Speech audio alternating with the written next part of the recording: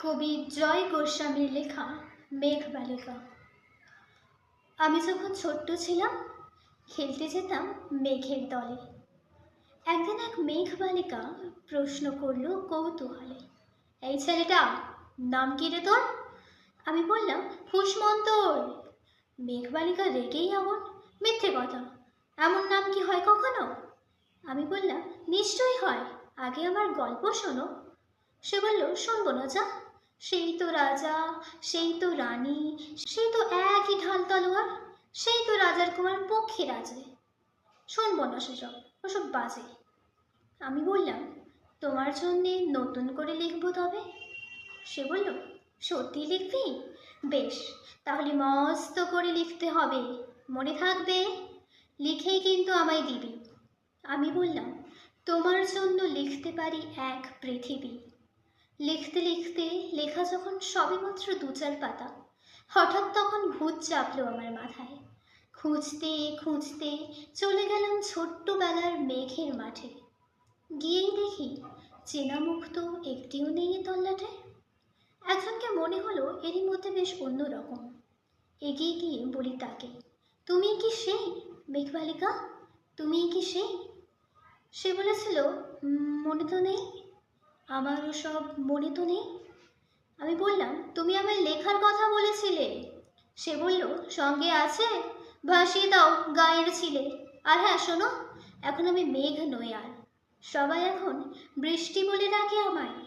বলেই হঠাৎ এক পশলায় চুল থেকে নখ আমায় পুরো ভিজিয়ে দিয়ে অন্য অন্য বৃষ্টি বাদল সঙ্গে নিয়ে মিলিয়ে গেল খরস্রোতায়, মিলিয়ে গেল দূরে কোথায়, দূরে দূরে দূরে। বৃষ্টি বলে ডাকে আমায়, বৃষ্টি বলে ডাকে আমায় আপন মনে বলতে বলতে। আমি কেবল বসে রইলাম, ভিজে একসা কাপড় জামায় গাছের তলায় বসে রইলাম। বৃষ্টি নাকি মেঘের জন্য? এমন সময় অন্য একটি বৃষ্টি আমায় চিনতে পেরে বলল, তাতে মন খারাপের কি হয়েছে, যাও ফিরে যাও, লেখো আবার। এখন পুরো বর্ষা চলছে, এখন আমরা নিজের কাজে ভীষণ ব্যস্ত, তুমিও যাও, মন দাও গে নিজের কাজে। বর্ষা থেকে ফিরে আমরা মেজিয়ে যাব তোমার কাছে। এক পৃথিবী লিখবো আমি, এক পৃথিবী লিখবো বলে ঘর ছেড়ে সেই বেরিয়ে গেলাম, ঘর ছেড়ে সেই ঘর বাঁধলাম গহন বনে। একাই থাকবো, একাই দুটো ফুটিয়ে খাবো, 2-1 মুঠো ধুলো বালি যখন যা আসবে মনে তা নিয়ে লিখবো, লিখে যাব।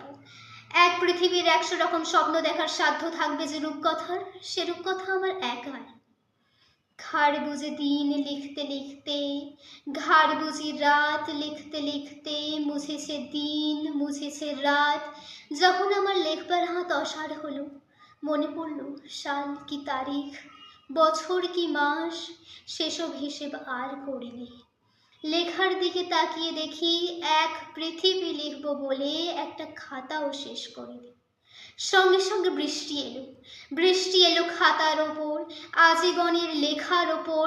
বৃষ্টি এলো এ অরণ্যে, বাইরে তখন গাছের নিচে নাচছে ময়ূর আনন্দিত, এদিক ওদিক উড়ছে পাখি, বলছে পাখি কবির জন্যে অরণ্যে আমরা থাকি।